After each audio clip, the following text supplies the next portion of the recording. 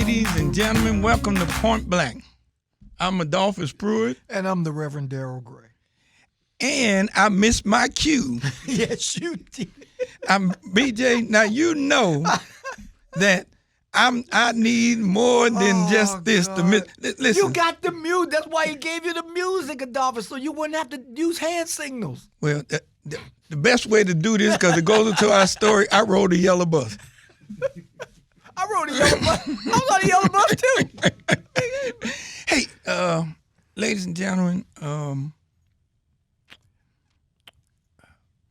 I think we all want to have a fairly serious conversation. As you know, that we all have some children, whether they're ours or grandchildren or nieces or nephews or just neighbors, our neighbors' kids, that rely on school buses as transportation to get to school. And this, you got to understand, and this is every day of the week, in most cases, from August to June. Right. Let's get it. And so, which means they're on the bus hundreds of times. And we all make the assumption, we all, including me, that those buses are being cared for in the way that they need to be, and our kids are safe. Now, we don't want to panic anybody, but what we found out is that that's not all the time. Sometimes people take shortcuts when it comes to repairing and maintaining these buses with our kids on it.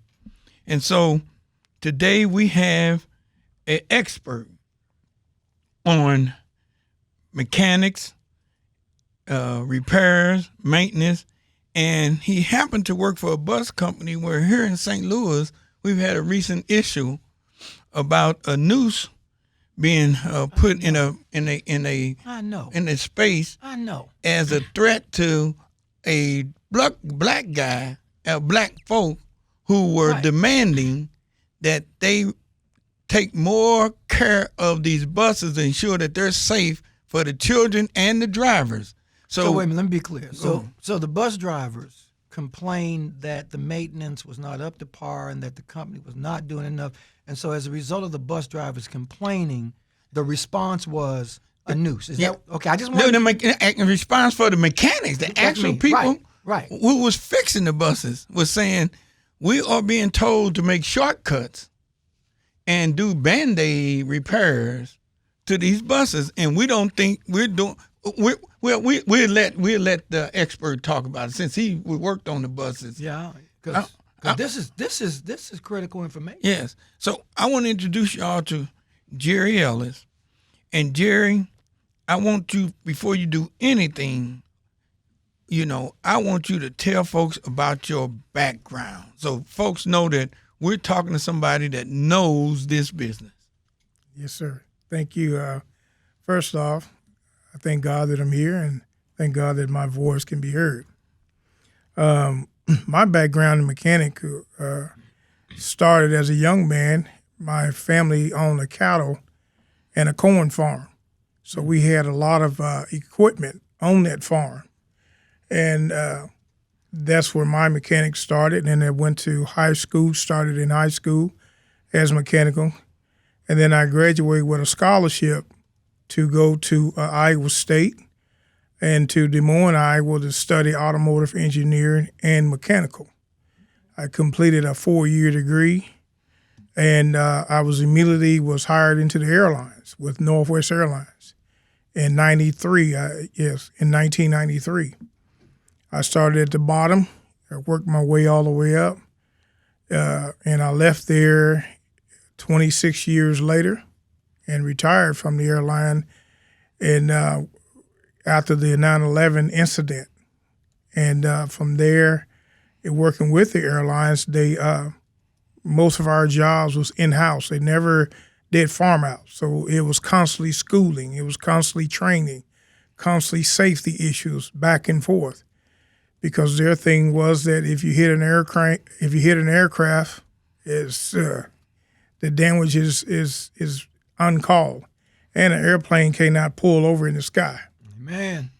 And so my basic experience, I took that experience and took it to the bus garage where I worked at and used that same analysis as they do as an airplane. So I look at it as a bus, as a big old airplane in the sky. Got you. That's a lot of experience. So I mean, the reality is now, and like you said, we want to keep it serious because this is a serious question. But to our listeners, so you ain't the brother down the street with the cigarette hanging out the mouth, fixing people's cars for a 6-pack of beer. Using YouTube. Right, you the real deal, Doc. I'm the brother who went to school. All right. I'm the brother who went and got an education. That's important. And I'm the brother that can stand up and say, I don't know how to fix something, but I was trained to fix it and the right way how to fix it. All right. Ladies and gentlemen, that's important. Adolphus, I mean, obviously I read the story.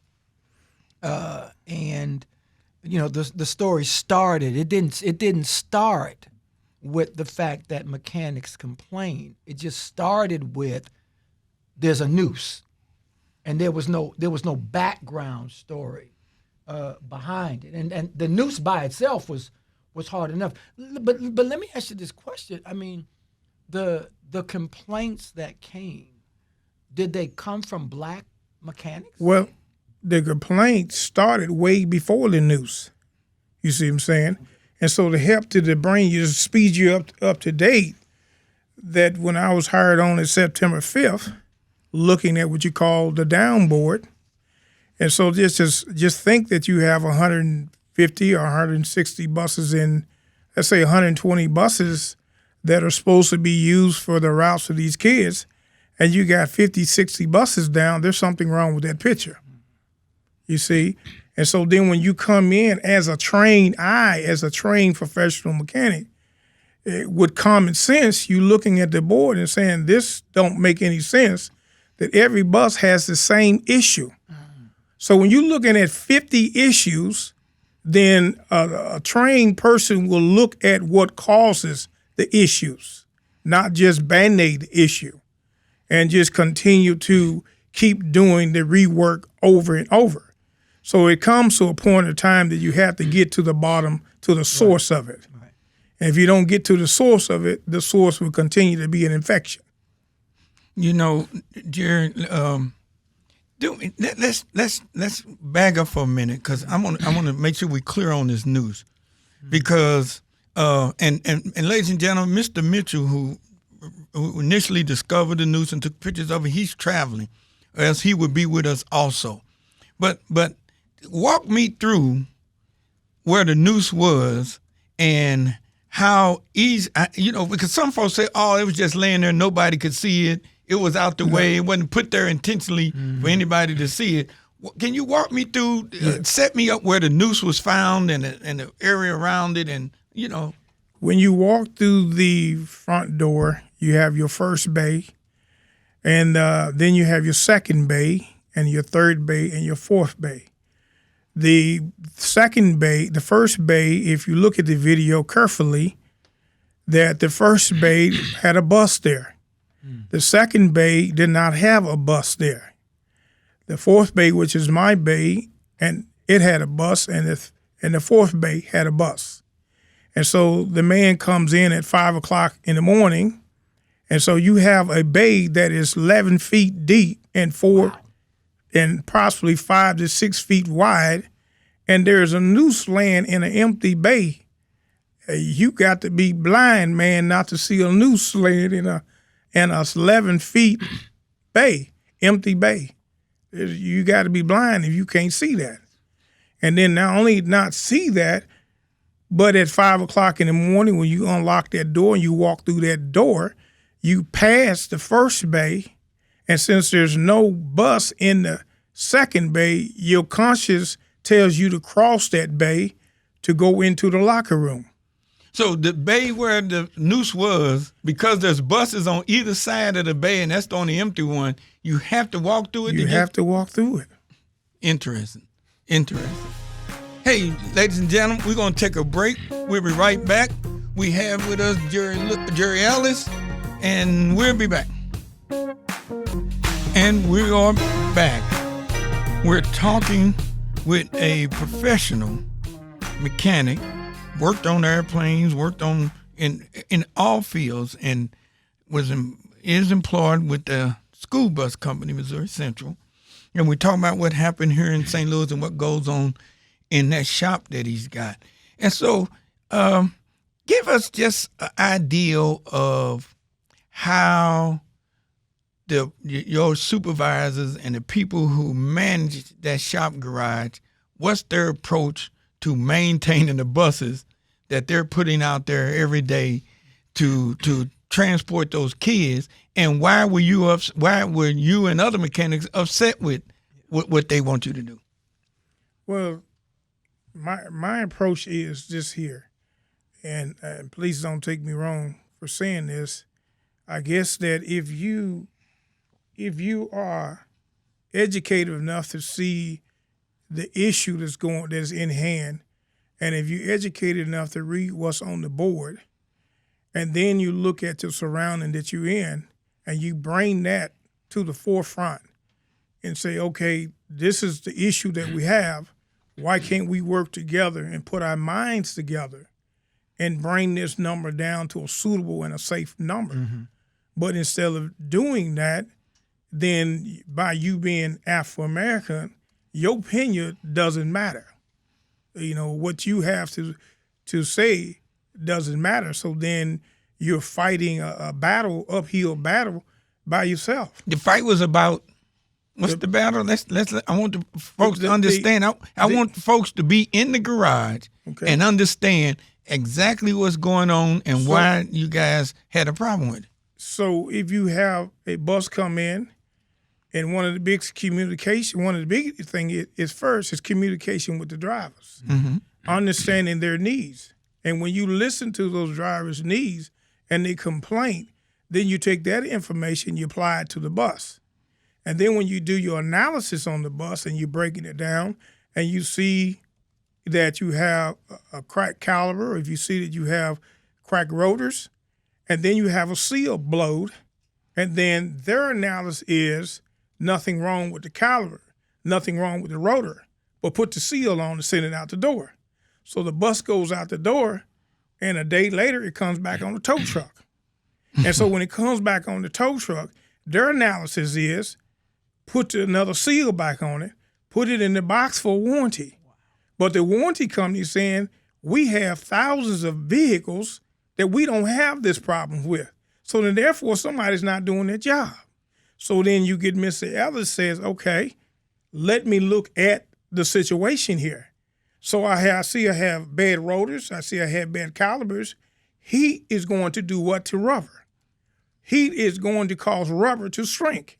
And the rubber is the seal. The rubber is the seal. Mm-hmm. So when the seal backs off, the bus loses all oil to the bus no longer can lubricate the front end of the bus. So then you have to get to the root cause.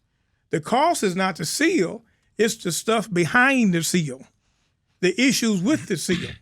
You see what I'm saying? So, and they just want you to throw a seal, keep replacing the seal. Right. And each time it goes, but not fix the problem that's causing the seal to blow. Exactly. And help me out. Just bear with me for a minute. A seal, you're a bus driver full of kids, you're driving down the highway, and the seal is gone or has been gone, and you're driving. What are the repercussions? What are the potential repercussions from that? Good question. The repercussions of that is as we have seen many of times, that the wheels actually lock up. We have had one bus where it locked up so bad the wheel almost broke off the spindle. We have had buses where the seal would blow, and not only would it blow, it would get oil on the calipers and causing the calipers to overheat, blowing the piston in the caliper, setting a fire to the brake fluid. So wait a minute. Whoa. He said fire. He said fire. He said fire. I heard what he said. He said fire. So and you've had buses. He said fire. And you've had buses where the seal blew with children on it, with students on it, and caught on fire at the school. Oh wow. You see? Oh wow. And then when you bring these issues, you say, okay, listen. Here's a bus come in. You guys did brake pads on it, but what about the calipers? What about the rotors? And so you try to take that same scenario bus that caught on fire, and you take that same bus and you set it next to another bus. Now this bus here got the same issues. So you want me to do what you just did to this bus, and it caught on fire. Can I back up though for a minute though? Yeah. Because this is a whole lot. I'm still on fire. Ladies and gentlemen, he's not on fire yet. Yeah. He's on the Right. We don't have no fire in the studio. Not yet. Not yet. I'm still on the whole idea that you've got students on a bus, Yes, and as a result of neglect, something on the bus has caught fire. Now, maybe it's a simple question though. I understand the mechanics have complained. I understand that someone like you has complained. But has the school reported and or complained? Do we know if the school, because if it happened at a school, somebody had to know, BJ, that there's a bus out here that some part of it is smoking. Even if they can't see the fire. Because mama said where there's smoke, there's fire. So, my thing is, and I know we're going to talk about Missouri Central, and I know we're going to talk about, supervisors and who at the end of the day is responsible. But I want to put I want to throw in the pot, Adolphus, that if my child, grandchild, great-grandchild, because I got all of those, are on a bus and there's smoke coming from that bus, that has to be reported not only back to the bus company, but somebody at the school. There's got to be a report somewhere.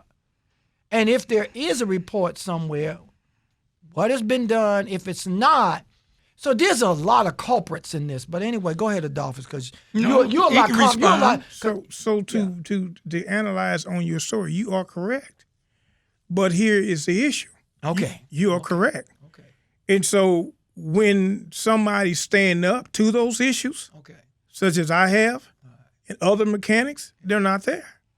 When I stood up to those issues, time and time, they found allegations to try to get rid of me. Are all the mechanics that have stood up to issues, are they all black? Black. Okay, I just want to be clear on the show. For as I know, black. All of the mechanics. For as I know. And 90% of the kids on the buses are black. Are black, and the wheels on the bus go round and round. And so when you go to them, when you go to them, and many times meetings that we've had on this issue, and they want to point the issue at me is not getting along. The issue is not that don't want to get along, is that the issue is somebody please listen to me. And then not only listen to me, but then because of the color of my skin, they go straight to the Caucasian, and the Caucasian tells them the exact words. These stupid ass drivers don't know what they're doing. They hitting curves. They don't know how to drive. They don't know how to do this and that, and calling them constantly out of their names. I don't see no drivers sabotaging no buses. They constantly saying the drivers sabotaging the bus. And most of the drivers are black women. Black women. So if a black man gonna sabotage the bus, we're gonna burn the bus to the ground. So we got black students, 90% black students. We got mechanics that are black. We got bus drivers that are majority black and majority women. What about when you say, because you said them, grandmama said them. When you say them, you talking about somebody else. Yes. When you say them. So are the them that we're referring to, the supervisors, are they predominantly white supervisors? They're predominantly white. Is there a paper trail, Brother Ellis? Because yes, there is. There's okay, because ain't no sense in me asking the second part of that. He just said yes. What you have is called a laptop. Okay. And when you talk about paper trail and laptop, is that Missouri Central School System needs to step in and look at the list on the board. Look at the laptops and look at that and say, we have a problem, because they're only listening to the white supervisors, telling them that it's not their fault, it's the drivers causing too many issues with the buses, when we know that that's a lie. So Darryl, there's amazing very interesting, amazing story here that I want Jerry to share with us. Jerry, I want you to share the story about the spindle. Oh, yes. And what happened and what the supervisor tried to do. Now, and then the folks, you'll get a very good understanding of what the point we're trying to make. We had a driver, we had a bus, broke down on the freeway. The front wheels had locked up to the point that it had got so hot, smoke was rolling out the wheels. Luckily, it didn't catch on fire. It locked up to the point where they could not move the bus because the wheels were frozen. So they had that bus towed to another garage. And instead of that garage fixing that bus correctly, they did what they could to Band-Aid that bus. The bus then left that garage and went to its natural state. And in the midst of that, the driver couldn't stop the bus. He almost wrecked the bus.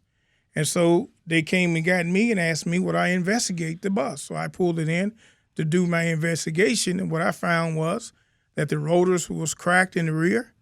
It had new brake pads on old calipers. The fluid was leaking out of the bus, and the supervisor saying that's just old fluid. Clean it up and put it back in service. I said, no, that's not old fluid. I send those pictures to corporate, send those pictures to management.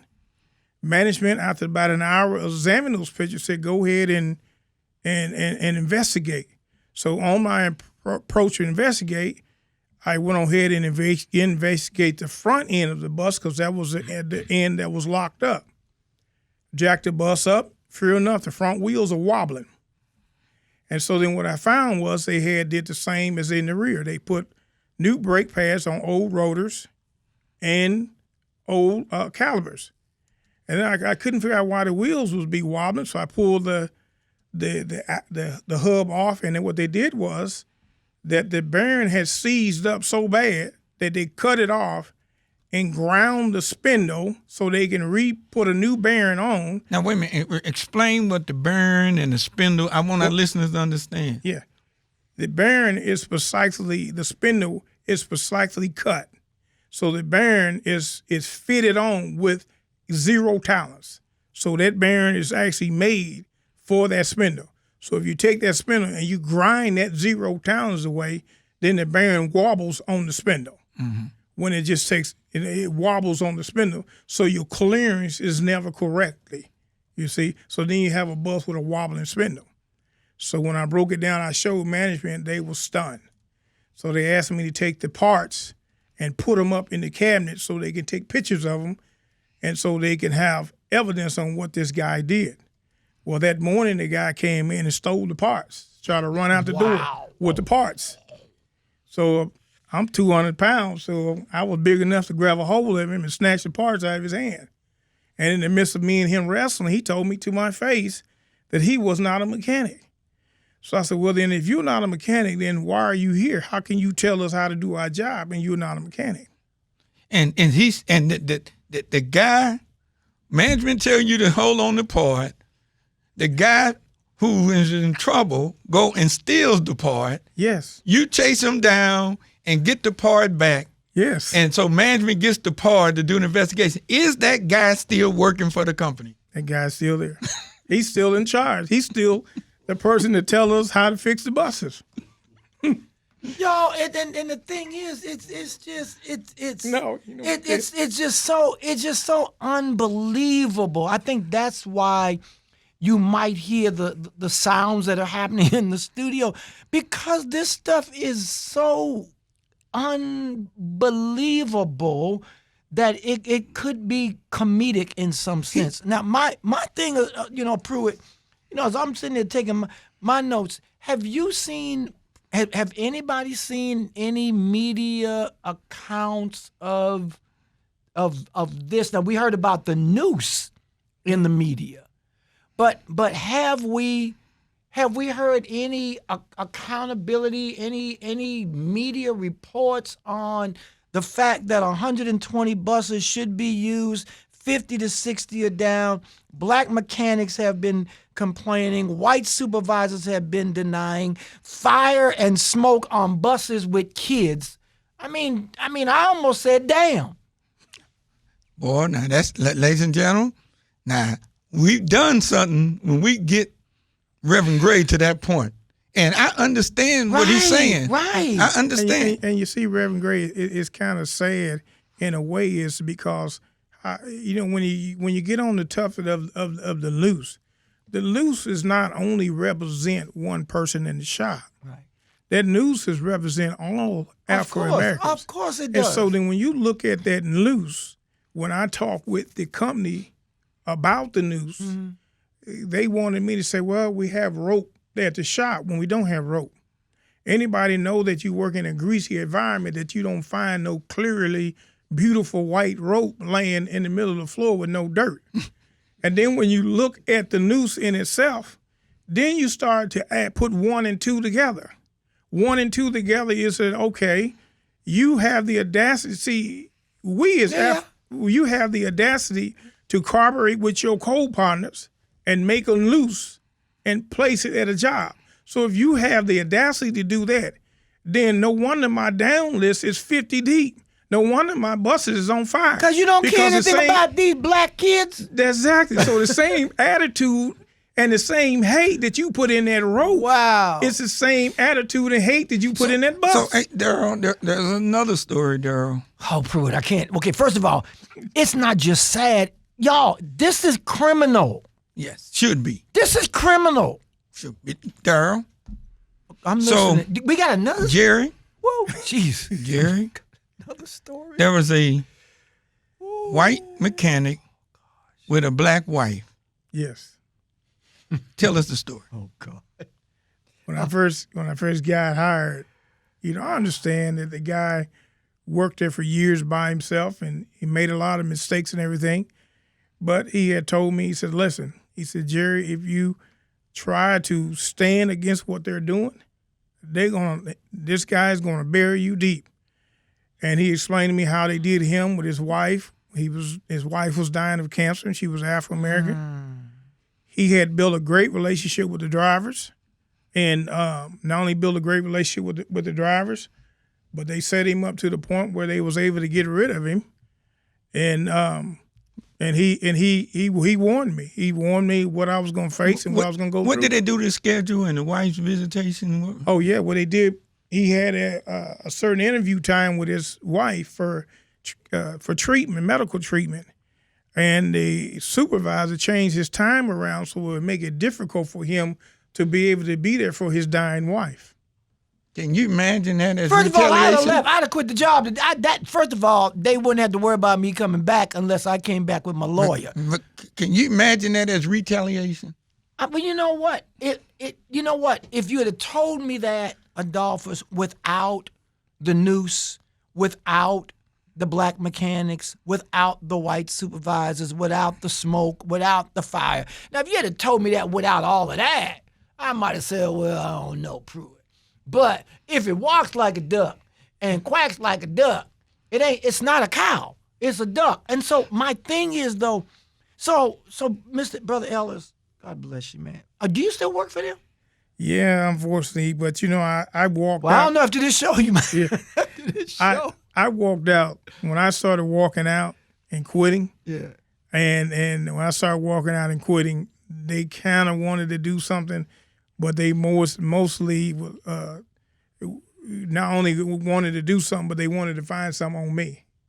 So in the midst of finding something on me, they terminated me for a day. Okay. Trying to find stuff on me. And so when I went into the meeting to have the meeting with them about the allegations going on in the shop, it reminded me of the story why so many black men get pulled over by officers and get shot and killed. The exact words was, well, it's not a racial issue, it's a fear and intimidation. And so you telling me that because you telling me that it's not racist, that is intimidation and fear? So you saying it's all right that this person treats me the way that they treat me? It's all right that our kids get treated the way they treat? It's all right for the work to be done the way they done on the buses because of intimidation and jealousy and issue? who are you talking to when you saying all that? I mean, and you don't have to give names. Yeah, I'm talking with HR. Okay, that's okay. I'm talking to HR, and so to help you understand, and so from September till almost December, I'm going back and forth with HR on the issues with the buses. Since when? Now, since when and when? Since September 23. 23 Okay. to December, Okay. trying to get help on the issue with the buses. Well, the Caucasian mechanics, they like to crack jokes and make jokes. You work in any kind of industry with men around, there's going to be some jokes being told that is unreal. So a joke was made in the early part of November, almost the very early part of November. I elaborated on the joke, and that following Saturday, the joke was elaborated more. So then after that joke was done and said, you have to understand that joke was done in the early first part of November. So here it is almost January, after I'm constantly going to you guys for help, constantly going to you guys about the buses, and we steady having this issue, and you're steady not doing anything. So I'd say, I'll tell you what, maybe it's time for me to quit. So I walked out the door and I quit. They called me back and they said, well, Mr. Ellis, we'll do an investigation. Okay. So HR said they'll do an investigation. There'll be an investigation. That was in November. That was in December. That was in December. Almost January. Okay. So they did their investigation, and I walked in the office. They said, well, we going to have to let you go because you've been having S on the buses with different women. And I said, Lord. Okay, so wait a minute. So they started out doing the investigation on the news, No. and they ended up doing an investigation on you? No. I want to be clear. The news one, no. Okay, I want to be clear. No. So mechanics in the thing Right. came up with a joke accusing him of certain things. Okay, I got you. in September. I got you. And, so that's and that what joke the joke festered. I got you. Festered got all the you. way up until I got you. December. Okay. When they wanted to So the get joke rid of was him. on you. Yeah, they wanted to get rid of him. Okay. So they used the joke to have leverage. Hold that thought. We're going to take a quick break. We'll be right back on Point Blank. Point blank. We'll be Ladies and gentlemen, More on Point Point Blank. Blank. Yes, we're back. And Jerry, you were telling us about them trying to come up with something, concoct something to fire you. Yes. Go ahead and finish your story. And so to finish the story is that so they needed something that happened months ago and bring it to the present to have something to go along with the reason why they need to get rid of me. Mm-hmm. And so then what they did was they came up with a joke that happened months ago. Mm-hmm. When, anytime you deal with something like that, you should have dealt with it on hand. Right. Not deal with it later on down the road when this man steady putting in paperwork and walking out the door trying to get you guys to help him. Sure. But you refuse to help him. But instead, when the Caucasian man jumped up and said the black man did this, everybody took off running and said, okay, here's the reason why we can get rid of him. Right. They can I go into it? Yes. Yeah, they accused him of having sex on the bus With different women. with different women in the thing. And in the bay. In the bus while they parked in the bay. Yeah, and in the bus, in the bay. and one of the supervisors that tried to get him in trouble with this made a joke, said, hey, we had to clean this bus thoroughly to get all of his semen off the bus. Gotcha. And so they concocted this story, but you know what got them, Daryl? What's that? Buses have cameras. Yeah, they have cameras and video. Oh, let me write that down. So buses have cameras. So what? So when they did the cameras and video, they found nothing. Now let me tell you something else is so sad. No, wait a minute. Let's stay with the camera and the video now. Wait a minute now, Brother Gary. Wait a minute now. So the buses have cameras And video. and video. And they went and pulled the camera So and when the they video. pulled the camera and video, they did not show you having any type of sexual relationships with anybody. Is that correct? It's correct. Okay, I just want to I need to make sure that we get, because the buses. Okay, now go ahead. And so then, since they didn't find anything. I'm crossing that off the list. Okay. Since they didn't find anything, they went and found a driver and tried to do what you call the Jim Crow law, the William Lynch law, where they turned that field nigga against the house nigga, or the house nigga against the field nigga. Can we say the N word on the thing? We're going to. Okay, go ahead. I just want to make sure we can say the N word on the thing. Not technically, but we good. Go ahead. And so they wanted this female to tell them that her was having fornication on a bus. All right. So they asked the female, what is the relationship with you and Jerry? Okay. And the female says, there's no relationship with Jerry. Well, why did you hug him? This is a free country. I can hug who I want to hug. I can talk to who I want to talk. And Mr. Ellis have not done nothing to none of us but try to help us. So excuse me, I'm not giving y'all any information on trying to throw this man underneath the bus. Under the bus. Interesting. And he's still there today, which means they didn't find they found it. That was going to be my next question. No. So now, Dolphins, I'm going to ask you a question. Yes, sir. Mr. President of the NAACP. Yes, sir. This is criminal, Doc.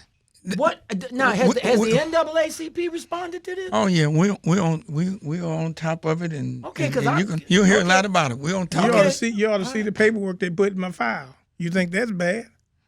They put in my file a big old letter from here to California, talking about I'm not to intervene with female drivers. I'm not to speak with them, hug with them. I'm not supposed to show any kind of picture, language, or none of that.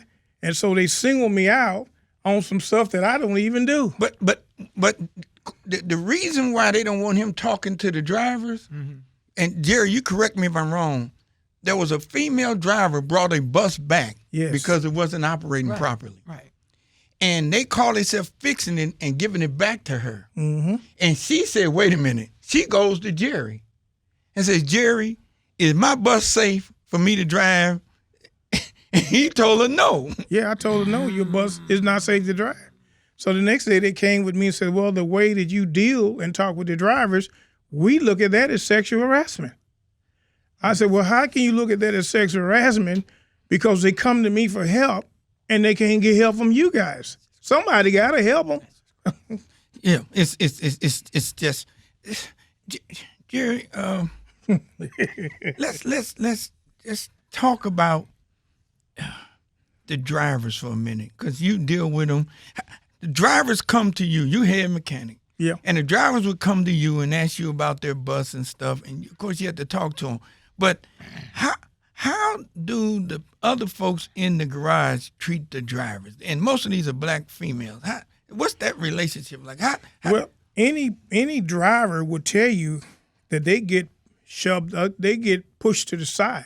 The drivers get pushed to the side. They tell them, well, get Jerry to do it. Like one driver says that, were you standing here and not doing anything? Well, get Jerry to do it. No, I don't need to get Jerry to do it. I need you to do it.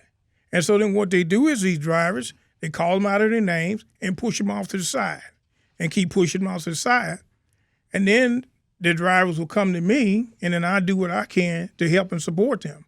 And then because you do that, that's where all this sexual and harassment and all the stuff coming in, because they want me to treat them the way that they treat them. And like I explained to them, that I'm black just like they are. So what names that you call them is the same name you call me. The same treatment that you give them is the same treatment that you give me. So don't get upset because I'm trying to help my people, but not trying to throw them underneath the bus and call them every name in the book. Are there any other staff, Jerry, that have come forward and submitted the same kind of concerns and that you have? Because I think that's important. I think that, a lot of our listeners, well, maybe not a lot, but there might be one or two out there who might say, well, this is one person's. No, there's one that came to us. We've interviewed one. Okay. So they hired a group out of Chicago, a law firm, to do what they say is an independent investigation. Okay.